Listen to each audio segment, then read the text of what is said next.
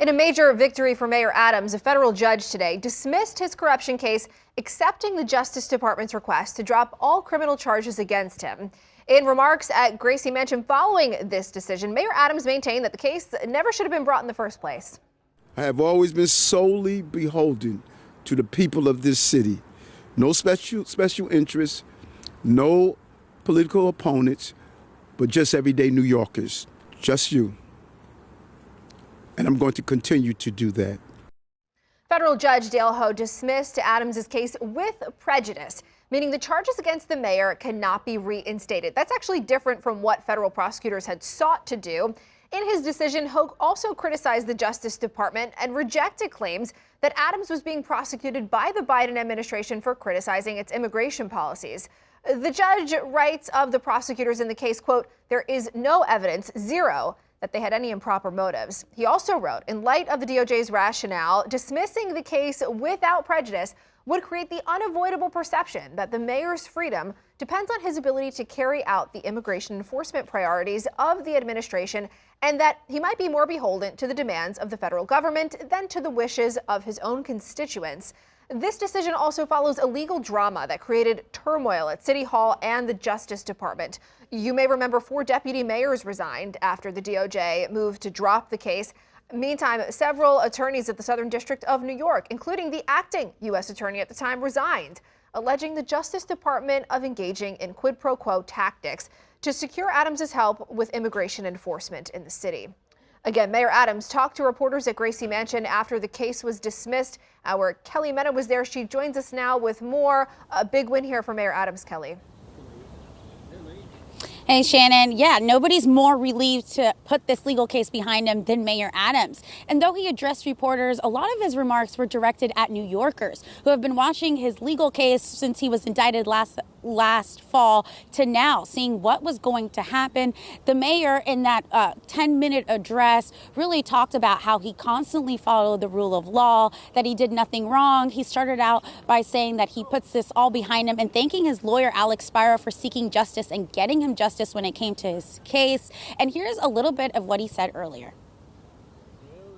Today finally marks the end of this chapter. The judge has dismissed it with prejudice, making it clear that it never can be brought back.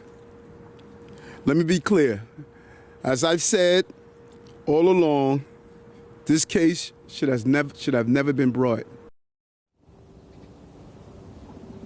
And coincidentally enough, that trial against Mayor Adams, who was facing 5 charges, was supposed to start on the 21st of this month. Shannon, back to you. Kelly, I also want to talk about this interesting moment during this press conference where the mayor held up a book written by Kash Patel. Can you explain to us what went on there?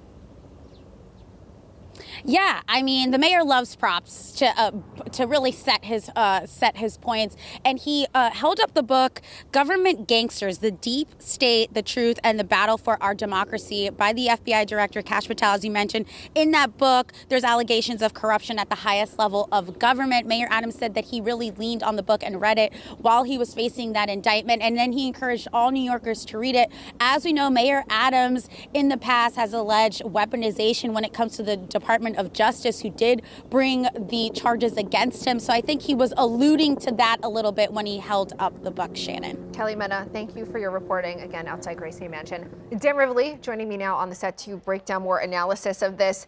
Dan, your reaction to the whole book saga that we were seeing over there. Interesting. You know, I talk about politicians when they try to emulate Trump, they usually fall flat on their face. But Adams is a little different because not that he's emulating Trump, but they're kind of cut from the same cloth. They're kind of like two sides of the same coin. So he holds up this book by Kash Patel. He was, I believe, on an intelligence committee staffer. He's now the FBI director. He's from Queens and Long Island, and he publishes this book in 2023, Government Gangsters. It talks about the deep state and specifically about Donald Trump, how in this first campaign there was what he calls Russiagate, that the campaign was an asset of the Russian government and Vladimir Putin. Turned out not to be the case by and large, that that Russia tried to influence our elections through, Facebook and phony information, but there was no collusion, as Donald Trump likes to say. And then also, but that led to his campaign being surveilled. A campaign aide was under DOJ surveillance. So that is a very sore point for the Trump administration, and Eric Adams obviously sees parallels. Now, Eric Adams was under investigation back when he was the borough president of Brooklyn. Then he becomes mayor, and because he, according to Adams, the way he criticized Joe Biden for failure to stop thousands of migrants from coming over to the southern border, they ended up in New York. It creates a huge crisis in government. How do you care for thousands and thousands of migrants just arriving to the city that the city has to take responsibility for? He starts criticizing them. The indictment gets handed down, and he sees, he makes 2 and 2. Well, this must be because I was being criticized. Judge Dale Ho, who was overseeing this case, he believes that is total bunk. In fact, throughout this nearly 80-page opinion in which he throws out the case, dismisses it with prejudice, meaning he throws it out for good, he really goes after those complaints from Eric Adams and from the Trump Justice Department, saying, look, there is no evidence that this was an attack on Eric Adams and his political posture and his criticism of the Biden administration. Obviously, Adams sees it differently, and in fact, he and his lawyers, they seize on these text messages from prosecutors that came out. There was one text message that said they had to use gymnastics to make the case stick, and that the lower-level prosecutors in Manhattan, they acknowledged that Damian Williams, the U.S. attorney, had some political ambitions, but none of that was any kind of evidence that, according to the judge, rose to the level of political retribution. I mean, like you said, it is quite significant. I'll hold it up again just to show the viewers how thick it is from Judge Dale Ho, even though it is definitely something that the mayor wanted to hear. Not a glowing endorsement by any means to the Department of Justice or even Mayor Adams, for that fact. This is a victory, like you said, for Mayor Adams, but it could prove to be a Pyrrhic victory because it is so detailed in how the judge pretty much feels that this was rotten from the get-go.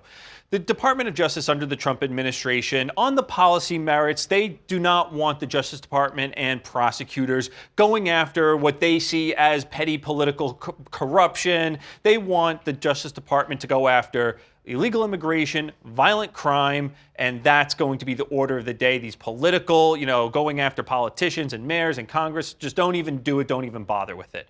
And they also saw that Mayor Adams, because he was under indictment, couldn't effectively help them on immigration when it came to suspected criminals here in New York, and also deal with crime effectively. And to the Justice Department and to Mayor Eric Adams, that was just the facts of the matter. But to obviously the prosecutors in Manhattan, who ultimately resigned over this decision to dismiss the case, they saw this as a quid pro quo.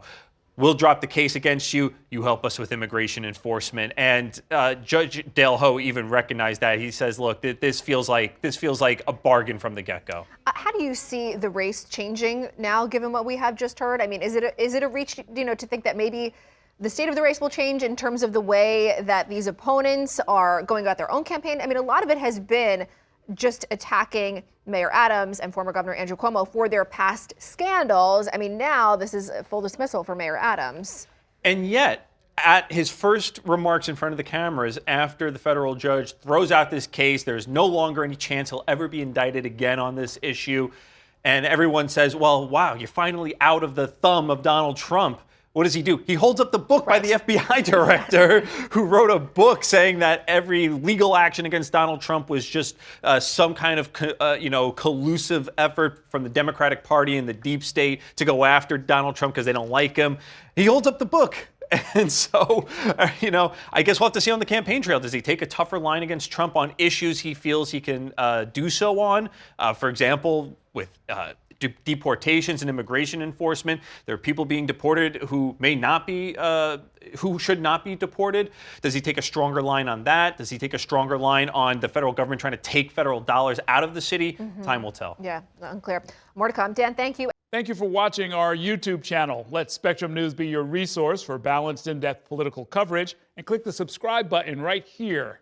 You can also download our app or watch us on TV to learn more about the candidates, where they stand on the issues, and more. We'll see you then.